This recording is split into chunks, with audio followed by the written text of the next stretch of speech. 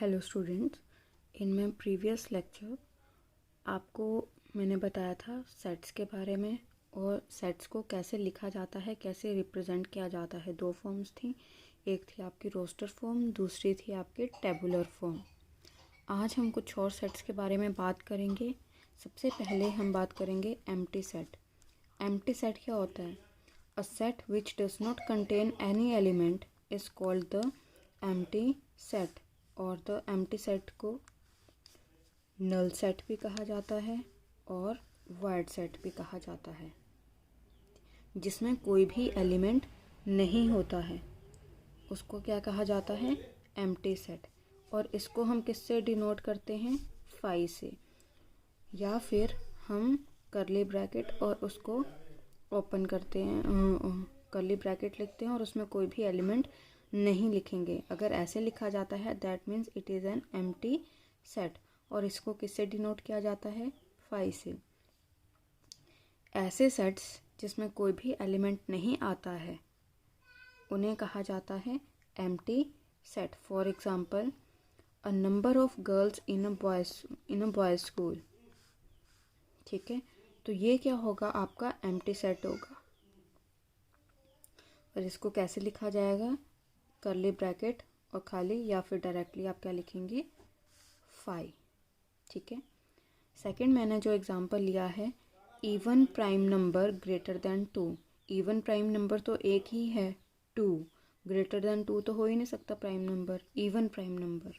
ठीक है, तो इसके लिए भी क्या आएगा? Empty set. Natural numbers less than 1। Natural numbers तो स्टार्ट ही 1 से होते हैं, तो लेस देन 1 में तो फिर नेगेटिव नंबर्स आएंगे, इंटीजर्स आ जाएंगे, आपके नेचुरल नंबर्स तो आएंगे नहीं।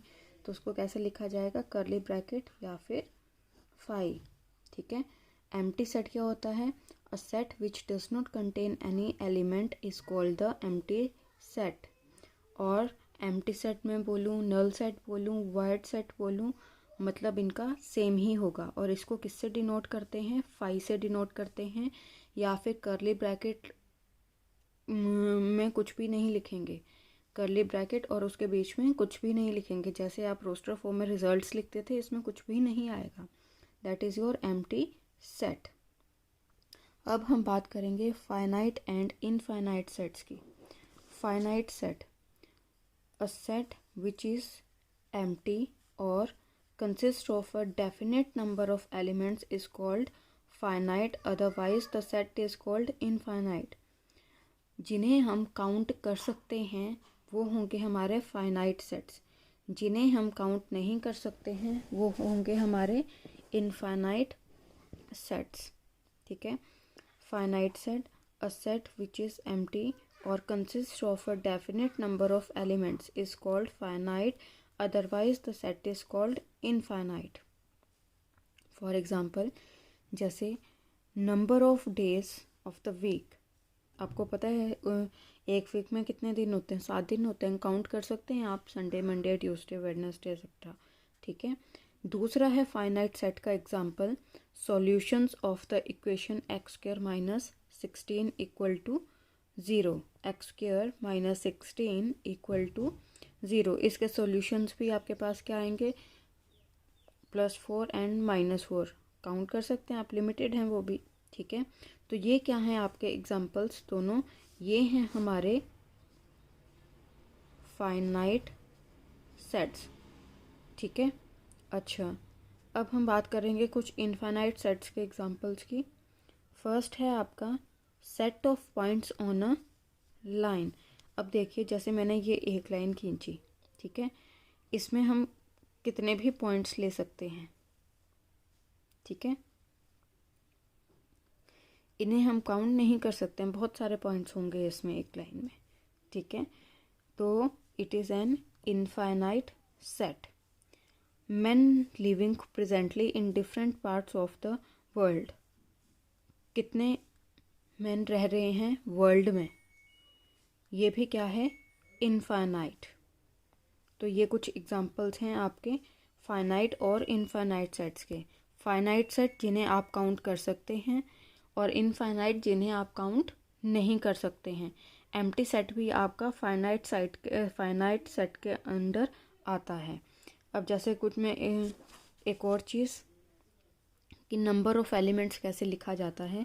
जैसे ही आपका ये रोस्टर फॉर्म में मैंने एक सेट लिया है AEIOU, इसमें कितने एलिमेंट्स हैं आपके? एलिमेंट्स 1 2 3 4 5। तो NA number of elements in set A is equal to 5। Number of elements in set A equal to 5। अब जैसे मैंने B लिया 1 2 3 4 5 AB, इसके कितने एलिमेंट्स हैं? 7। तो NB, ये N जो है ये हमेशा स्मॉल रहेगा और सेट को ब्रैकेट में आप लिखेंगे। ये बताता है number of elements in set B। Number of elements in set B कितने हैं ये आपके पास? 7।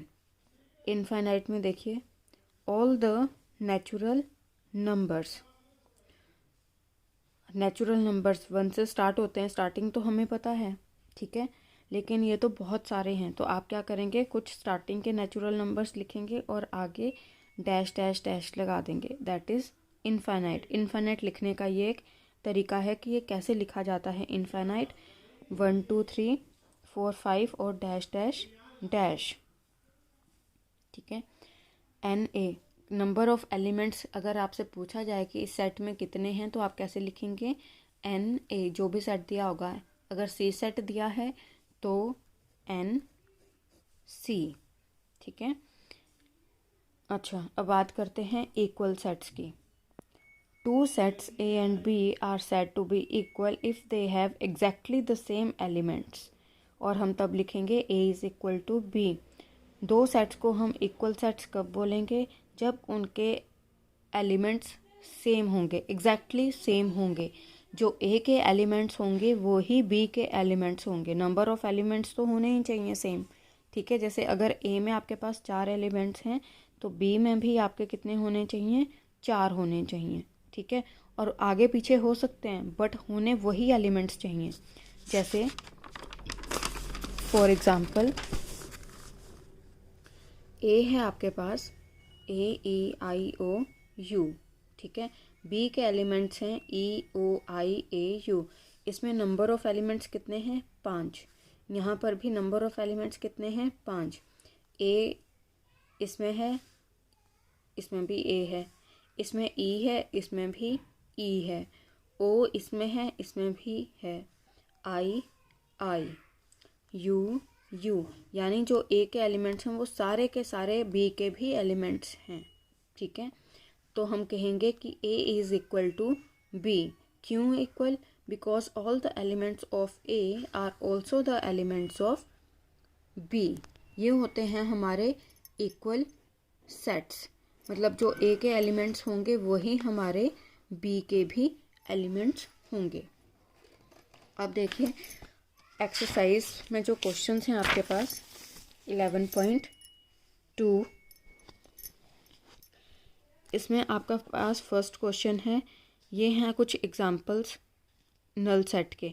आपने इनमें से बताने हैं कि कौन से एग्जांपल्स नल सेट के हैं, कौन से एग्जांपल नल सेट के नहीं हैं। जैसे set of odd natural numbers divisible by 2। Odd natural numbers divisible by 2। Odd natural numbers कौन से हुए आपके पास? 1 3 5 7 9। लेकिन ये 2 से भाग नहीं होते हैं। जो आपके ऑड नेचुरल नंबर्स होंगे 2 से भाग नहीं होंगे। इट मीन्स क्या हुआ कि ये आपका क्या हुआ? नल सेट हुआ, ठीक है। It is a null set because odd natural numbers are not divisible by 2। यहाँ पर पूछा है डिविजिबल बाय 2, ठीक है। सेकंड है आपके पास set of even prime numbers. Set of even prime number क्या हुआ आपके पास? 2, ठीक है। तो यहाँ पर तो रिजल्ट आ गया आपके पास 2, ठीक है। तो आपके पास एलिमेंट तो आ गया ना कोई, तो ये आपका नल सेट नहीं होगा, ठीक है। ये नल सेट था, ये नल सेट नहीं होगा। x लेस देन 5, कौन से नंबर्स आते हैं x लेस देन 5 में? 1 2 3 4। और ग्रेटर देन 7 में कौन से आते हैं? 8 9 10 11 अप टू सो ऑन, ठीक है। एक्स ऐसे नंबर जो एक्स लेस देन 5 हों एंड एक्स ग्रेटर देन 7 हों। तो ऐसे तो कोई भी नंबर्स नहीं है, ठीक है ना। एक्स लेस देन 5 मतलब कॉमन होने चाहिए थे इनमें, ठीक है, तो कॉमन तो है नहीं, तो it is a null set. उसी तरह से सेकंड क्वेश्चन है आपका, बाकी का आप खुद ट्राई कीजिएगा। सेकंड क्वेश्चन है विच सेट्स आर फाइनाइट और infinite. The set of months of a year. आप एक साल में कितने महीने होते हैं आप बता सकते हैं, तो that is your finite set, ठीक है। 1 2 3 आगे इन्होंने डैश डैश डैश लगा दिया है, इट मीन्स जहाँ मर्जी तक जा सकते हैं ये, तो दैट इज़ इनफाइनाइट। और यहाँ पर लिमिट इन्होंने सेट कर दिया है 100 तक, तो it is finite, it is infinite, ठीक है। इस तरह से आपने ये करने हैं क्वेश्चंस। थर्ड पार्ट भी आपने इसी तरह से बताना है कि फाइनाइट है, इनफाइनाइट है। दूसरा है आपके पास 11, which of the following in the following state whether A is equal to B. अब देखिए जैसे यहाँ पर A B C D, A B C D, it means A is equal to B, ठीक है, because all the elements of A are also the elements of B. Second देखो यहाँ पर 4 है, 4 8 8 12, यहाँ पर 12 नहीं है, it means A is not equal to B, A is not equal to B. आप कैसे लिखेंगे, A not equal to B, because all the elements of A are not the elements of B, ठीक है। ये ए आपको दिया हुआ है 2 4 6 8 10, बी आपको दिया हुआ है x such that x is a positive even integer and x less than equal to 10, positive even integer. पहले तो आप लिखेंगे कि b is equal to this, in roster form it can be written as, in roster form it can be written as, कौन से आएंगे, 2 4 6 8, 2 4 6 8 और 10 भी आएगा क्योंकि लेस देन इक्वल टू का साइन है। ये हैं आपके पास पॉजिटिव इवन इंटीजर्स, इवन है ये, पॉजिटिव है, ठीक है, और लेस देन 10 है, तो ये आएंगे आपके पास। तो ये भी तो यही थे आपके पास 2 4 6 8 10, देयरफॉर ए, पहले तो आप इसको इसमें कन्वर्ट करेंगे, रोस्टर फॉर्म में कन्वर्ट करेंगे। In roster form B can be written as, उसके बाद आप लिखेंगे a is equal to B because all the elements of a are also the elements of b, ठीक है।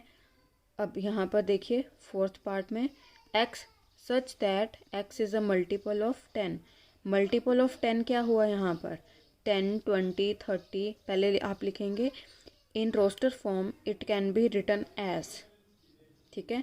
उसके बाद ये in roster form it can be written as, उसके बाद आप देखेंगे कि ये इक्वल आ रहे हैं कि नहीं। फिफ्थ क्वेश्चन भी इसी तरह से आप करेंगे। इसको आप जो आपको सेट बिल्डर फॉर्म में दिए होंगे सेट्स, उनको आपने सबसे पहले क्या करना है, रोस्टर फॉर्म में कन्वर्ट करना है। उसके बाद ही आप क्या करेंगे, उनको बताएंगे कि ये इक्वल हैं कि नहीं है सेट्स। जैसे फॉलो आप लिखेंगे रोस्टर फॉर्म में, वोल्फ आप लिखेंगे रोस्टर फॉर्म में, आप देखेंगे कि इक्वल आ रहा है कि नहीं, और आप बताएंगे भी कि ये क्यों इक्वल है, because all the elements of A are also the elements of B.